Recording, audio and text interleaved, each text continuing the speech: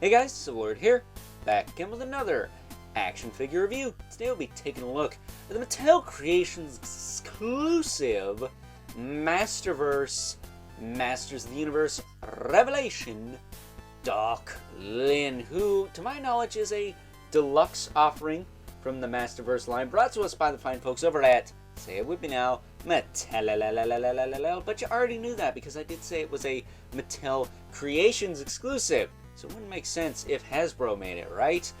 That said, I don't have a whole lot to say about this figure. It is quite old at this point. I'm not sure if you could still pick her up, but she was in stock for quite some time after she was initially released, much like the Vicron I looked at a couple of weeks ago. So if you missed out on her, well, then that's your fault, buddy, because it wasn't an instant sellout, which, based off the story this character had in the series, she went from being, kind of a bitch to having a change of heart because of Orko, becoming a good guy, and then she went back to being a bitch, and then a super evil bitch.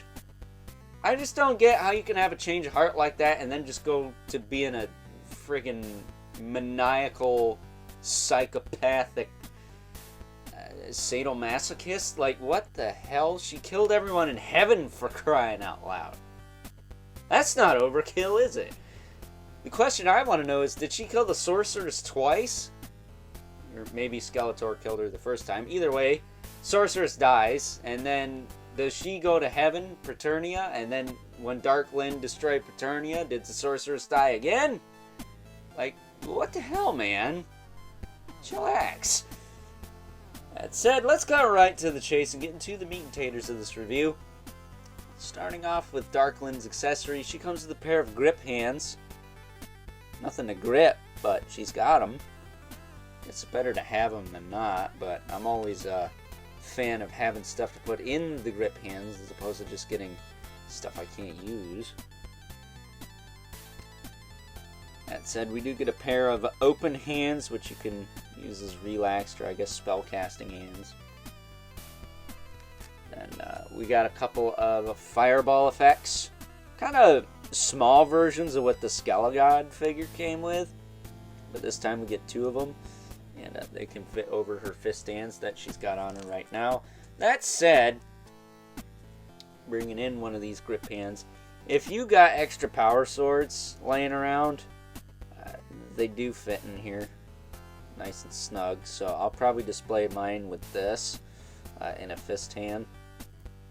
And I'm pretty sure this power sword came from the Savage He-Man, if I'm not mistaken. I don't know. I've gotten tons of extra Revelation He-Men and Revelation power swords from people over the past few months, so I'm covered as far as that goes. But since she needs that sword to turn into this look here, it would have made sense if she came with one, or even the Skelesorceress Evelyn came with one. But either way, I do like this figure aesthetically. Bringing her a little closer here. It looks very accurate to the show. But for crying out loud, when are we going to get like a traditional looking Evelyn in this line? We're 4 deep now, and we still don't have like the episode 1 Revelation Evelyn or, a new Eternia one. So I'm not sure what's going on with that. Or that 40th anniversary line. We only got He-Man out of that. Some people got the Skeletor in a 2-pack, but he never had a standard release. So we never got any other characters other than He-Man. So I don't know what's going on with this line. As far as the character selection goes, all I know is that the new Eternia stuff is firing on all cylinders, and I cannot wait to get some more characters in that. But as far as articulation on this figure goes, it's a little cumbersome to work with, but she does have the standard articulation in the head. It does look up and down a little bit and rotate side to side. She's got this plastic collar piece, which sometimes pops off, but is staying in there pretty good on mine. The arms go out and back down, forward and back. She's got a bicep swivel, double elbow, which works pretty well. She does have a hinge swivel wrist. She has the wrong hinge for holding weapons on the grip hands, but whatever. She's got little ball joints on these pauldrons here, at least little hinge joints, so they can move out of your way. Now, I will say, they went a little backwards with the articulation here, and this is something I noticed on the Franklin Gela Skeletor as well. She's got the diaphragm joint, so she can crunch forward and back and tilt side to side and even rotate. But here's the thing, she does not have the top rotation joint, like some of the later figures have had. And neither does that Franklin Gela Skeletor. So that's kind of interesting. It's like they went 2 steps forward and 1 back, but you know, it's a solid joint. It's not loose. It's fine. She's got a waist twist. She's got ridiculous 6-pack abs. That makes the yoked out gargoyles from NECA jealous. She's got this soft good skirt around her legs here. I do think mine is crooked. It's not centered, but I honestly couldn't care less. It seems to me like this should be pulled over here a little bit, but I can't be bothered to fix it, nor will I be bothered to fix it. It's fine. It's just a little off, but it is noticeable. She does have legs that kick forward and back. I did have to put some soap in there to get these to work, but they do work. They do kick out. She's got thighs that'll snap your neck, by the way. She's got a thigh cut, double knee. That works pretty well. She does have a calf cut, which looks atrocious. I don't know why they didn't put that down here by this little anklet. They could have hit it better there. She does have a hinge in the foot with a rocker, though, and peg holes at the bottom of the feet, which you may or may not want to use.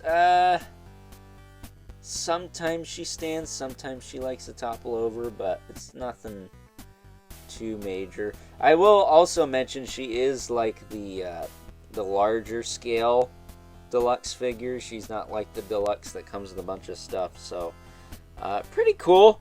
I dig her, but you know, it could have been a little better. I would have much rather have gotten a classic inspired Evelyn maybe instead of this one. Wow, I was way over there. I don't know how that happened. But, you know, it is what it is. I bought the darn thing anyways because I am a bit of a completionist. And I did enjoy the series, even though the story could have been maybe tweaked a bit. Hopefully Revolution is a little better. And my boy Scareglow doesn't get cucked out by everybody. I mean, seriously, what the hell's up with that? So, with that being said, let's move right along and take a look. Some size comparisons.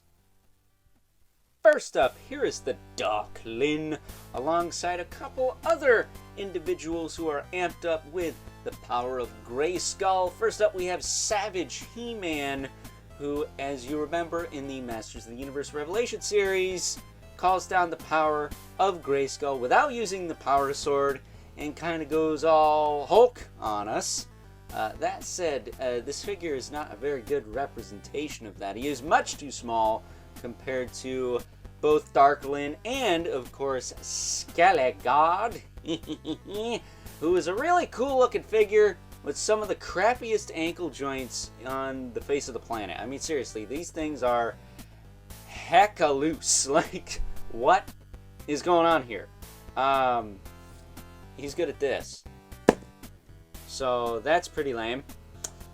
Super cool figure, but really hecka loose, super weak ankle joints. So I'm getting him out of here.